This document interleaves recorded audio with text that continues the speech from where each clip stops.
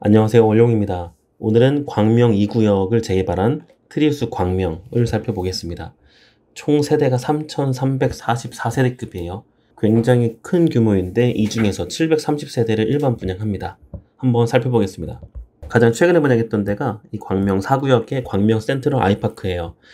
전용 면적 84제곱, 최대 4층, 최고 4층 분양가가 12억 7천까지 분양이 나왔기 때문에 이번 2구역을 분양하는 것도 아주 비싸게 분양할 것 같다라고 우려를 했지만 다행히도 1억이 저렴한 분양가 12억 안쪽으로 나왔습니다. 그래도 절대 분양가 자체는 비싸진 게 맞죠. 이 표는 제가 약 4년 전부터 계속 업데이트하고 있는 광명의 정비사업 지도입니다. 지금 보시면 원래는 이렇게 사업시행 인가를 득한 단지들이 대부분이라서 아예 없어졌죠. 그리고 분양 완료된 곳도 계속 많아지고 있습니다. 처음에 분양이 완료된 곳이 아이폴의 자이 위브, 그리고 철산주공 4단지, 그리고 10구역, 14구역, 15구역, 그리고 작년 말에 분양했던 철산 자이더 헤리티지 8구단지, 물론 그 전에 철산주공 7단지도 분양을 했었고, 그 다음 1단지가 4단지가 분양이 끝난 이후에 이번에 2단지를 분양하는 겁니다. 이제 남은 가시권에 있는 1번 분양 단지가 몇 개 안 남았죠. 이달 10월달에 철산주공 10단지, 11단지를 재건축하는 GS가 있습니다. 그리고 5구역도 남아있는 상태고 한 2년, 3년 이후에 분양할 9구역, 11구역, 12구역이 있습니다. 그러니까 올해 내에 분양 예정인 곳은 광명 2구역하고 이제 철산주공 10단지, 11단지밖에 없다. 이렇게 정리가 됩니다. 이렇게 해서 광명의 스카이라인이 다시 구축에서 신축으로 싹 다 바뀔 예정이다라는 거. 또한 푸르지오 포레나가 한창 지금 입주 중에 있죠. 이렇게 서울 지하철 7호선을 잇는 위아래에서 정비 사업이 활발하게 진행되고 있기 때문에 광명에서는 광명당의 통장을 갖고서 거의 마지막으로 쓸 수 있는 지역이 이렇게 광명 2구역과 곧 분양할 10단지, 11단지가 아닐까 싶습니다. 수시도고 조감도입니다. 길을 두고 이렇게 두 개 블록으로 쪼개진 거 확인, 분양 일정도 확인하시기 바랍니다. 트리우스 광명은 광명 사거리역까지 이렇게 보면 10분 정도는 걸릴 겁니다. 그리고 개봉역까지도 끝과 끝에서 10분 정도는 충분히 걸릴 위치고요. 그러나 인근 대단지와 같이 3,000세대급, 3,000세대급, 거의 3,000세대급 아파트가 주변에 다 둘러싸져 있는 매머드급 단지다. 이전에 분양했던 것들 분양가를 빠르게 살펴보고 당첨 결과까지 볼게요. 광명 센트럴 아이파크는 8월달에 분양했었고 최대 12억 7천까지의 전용 84 분양, 그 결과가 이렇게 나왔습니다. 사실 접수 건수 이거는 의미가 없어요. 왜냐하면 광명 당해에서 먼저 끝나기 때문에 경쟁률이 6대1 이하인 것에서만 이런 식으로 기타 지역에서 경쟁률이 발생합니다. 이건 왜 6대1이냐? 예비번호로 500%까지 선발하기 때문에, 즉 정단계약 100% 더하면 600%죠. 600%를 경쟁률로 환산하면 6대1입니다. 6대1 이하의 경쟁률이 보이는 것만 기타 지역에서 청약 들어갈 때 경쟁률이 발생한다는 부분. 분양가가 워낙 비쌌어서 이렇게 저조한 성적을 거뒀습니다. 접수 건수 당에만 이제 다 합산하게 되면 500개 정도밖에 통장에 접수 안 된 것을 확인할 수 있습니다. 그리고 그 직전에 5월달에 분양했던 광명 1구역을 재개발한 광명 자이더 샤포레나가 84 B타입 11억 언저리까지 분양을 했습니다. 이때 접수 건수 또한 많지는 않아요. 이게 더하면 이것 또한 4,500개 정도밖에 안 되고, 이때 심리는 이제 많이 죽어있던 상태였기 때문에 경쟁률이 저조한 것도 한몫을 했다. 그리고 그 이전에 분양했던 철산 자이더 헤리티지하고 광명 19역 호반 서밋 그란드 에비뉴는요, 분양가는 상당히 저렴했죠. 자이더 헤리티지는 이제 10억 전후, 호반 서밋은 9억 안쪽으로 분양을 했었는데, 물론 입지는 이제 재건축 단지가 더 좋아요. 광명 19역은 다 언덕이라서 이렇게 상대적으로 이제 저렴한 것에 분양을 했다. 그때 결과는 은근 많이 갈렸죠. 접수 건수가 조금은 높았던 상태였고, 광명 19역은 훨씬 더 저조했다. 이것을 한대 집대성에서 보게 되면 최근 6년치의 광명 재개발 재건축의 일반 분양 성적입니다. 광명이 조정 대상 지역 이후로 된 이후 전부 다 분양을 했고, 그리고 광명이 투과 지역 해제가 된 이후에 2개 분양하고 이제 3개째를 분양하고 있습니다. 청약자 수는 최대 3,700명밖에 안 돼요. 서울과 비교하면 아주 저조한 낮은 수치죠. 왜냐하면 광명 인구가 30만 명씩 안 됩니다. 그에 따라서 1순위 청약자가 15만 명밖에 안 돼요. 서울에 약 440만과 비교하면 엄청난 숫자다. 그래서 광명 당에서 아무리 많이 들어와봤자 10,000명을 넘어갈 수 없는 구조가 여기서 나옵니다. 단 차이점이 있다고 하면 광명은 조정 대상 지역 때 최대가 이 정도였어요. 근데 비조정이 되면 세대연 청약도 가능하고 다주택자도 청약이 가능하고 재당첨 제한도 거의 걸리지 않기 때문에 거의 최대 청약자 수가 2배 반에서 3배까지도 올라갑니다. 근데 이것은 어디까지나 분양시장이 아주 이제 분양가가 저렴해서 더 많이 쏠리는 경우에 하나인 거고, 이번 청약 심리는 살아났으나 분양가는 상대적으로 높아질 이런 시기에는 5,000명에서 10,000명 정도가 최대 수치가 아닐까 싶습니다. 그걸 바탕으로 한번 볼게요. 티루스 광명은 이번에 730개 분양을 하고 특별 공급은 320개, 일반 공급 410개입니다. 그럼 보통 일반 공급에 대해서 경진율을 계산하곤 하는데 약 10,000명이 청약 접수를 했다 라고 하면 대략 400명으로 치고 25대 1이 됩니다. 만약에 1,000명이 접수했다 라고 하면 약 2.5대 1이 됩니다. 예상치를 그 중간치 어느 즈음으로 찾아볼까요?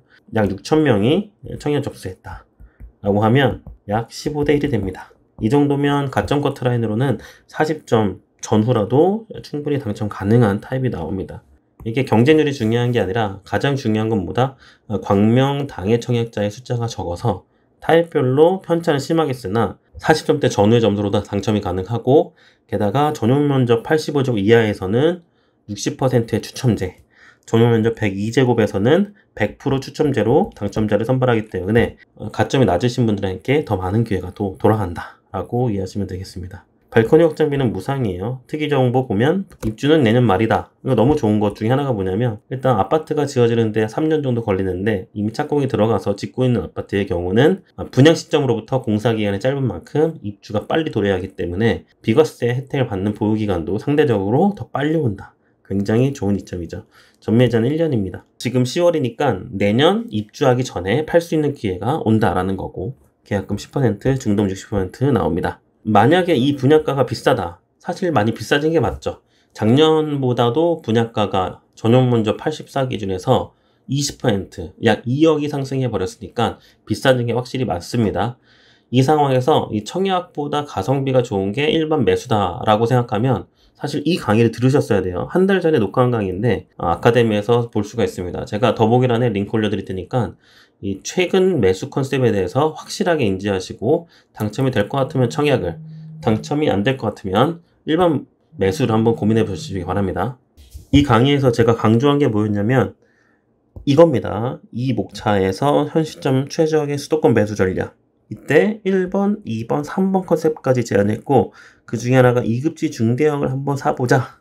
내 집만을 할 거면, 예를 들어 34평 가격이 이렇게 그래프가 들어가면 42평이나 47평 같은 경우는 일정 갭을 두고 이렇게 가는데 생각보다 이렇게 만나는 경우가 갑자기 생겨요. 이렇게 올라가다가 만나는 지점이 생깁니다. 한번 만나다가 다시 한번 벌어집니다. 이런 시점들을 골라보자라는 게 올해 초부터 송파를 시작으로 반등세가 아주 세게 왔던 기존의 신축 아파트들의 가격을 추격 매수하지 않고 그나마 조용하게 잠잠하게 눌려있는 40평대를 매수하는 게 최적의 시점이다 라고도 보입니다.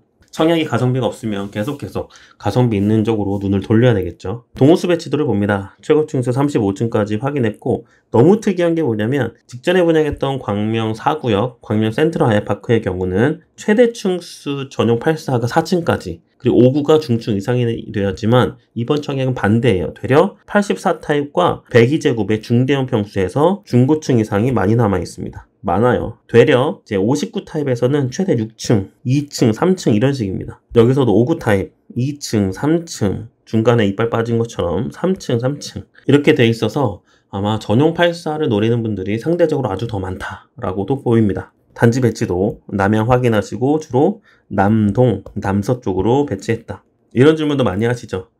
이런 대단지가 좋을까? 같은 단지더라도 쪼개져. 작은 단지가 좋을까? 무조건 대단지가 좋죠. 어떤 단지들은 이렇게 많이 쪼개져서 타입별로도 배치를 하는 경우가 있는데, 다행히도 광명 2구역 특유수 광명은 이렇게 색깔이 다 분산되어 있습니다. 하늘색으로 푸른 계열은 이렇게 84쪽 나눠져 있고, 보라색과 붉은색 쪽도 이렇게 개별적으로 잘 나눠져 있습니다. 그래서 단지의 선호도가 크게 나가진 않는다. 어쩔 수 없이 랜덤 배정이다라고 보면 되겠습니다. 36타입은 약 16평인데요. 36타입만 2단지에 몰려져 있습니다. 방 하나, 거실 하나 구조. 이전에 전용 면적 17평 정도의 초소형은 광명에서 광명 4구역 전까지는 가성비가 있었는데 그 이후로는 많이 비싸졌습니다. 5구 A타입은 일반적인 3베이 판상형 구조. 다행히도 침실 위쪽으로 들어간 이 공간이 조금 남아있어서 주방에 식탁 놓는 자리로는 그래도 여유가 있다 보입니다. 5구 B타입 아주 일반적인 타워형이에요. 84A 타입부터는 아주 잘 설계가 되어 있습니다. 놀란 게 뭐냐면 정비사업에서 알파룸을 이렇게 뽑기가 쉽지 않은데 이 면적은 알파룸 크기가 아니라 거의 작은 방 침실 2와 비슷하거나 조금 더 커 보이기도 합니다. 그렇다고 안방을 좁게 뽑은 것도 아니에요. 어느 정도 면적을 뽑은 다음에 파우더룸과 드레스룸도 해놨습니다.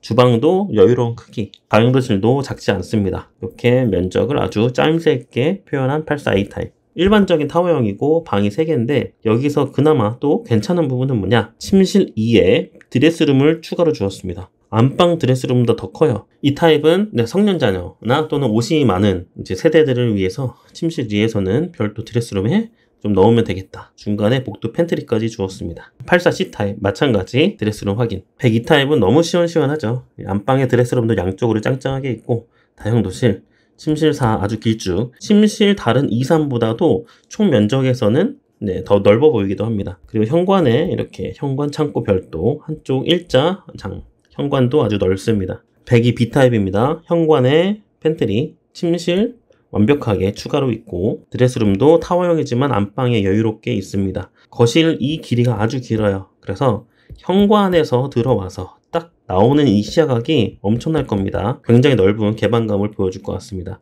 102 A와 B타입은 이렇게 1단지, 2단지에 나눠져 있습니다. 이렇게 해서 트리수 광명 2구역을 재개발한 아파트를 봤는데요. 아무래도 광명에서는 당첨되기 매우 좋은 조류액에, 게다가 중대형의 공급에 목말랐던 분들에게는 한번 넣고 운 좋게 당첨되면 너무 좋다. 특히 이 광명 주변에 있는 분들이 계시죠.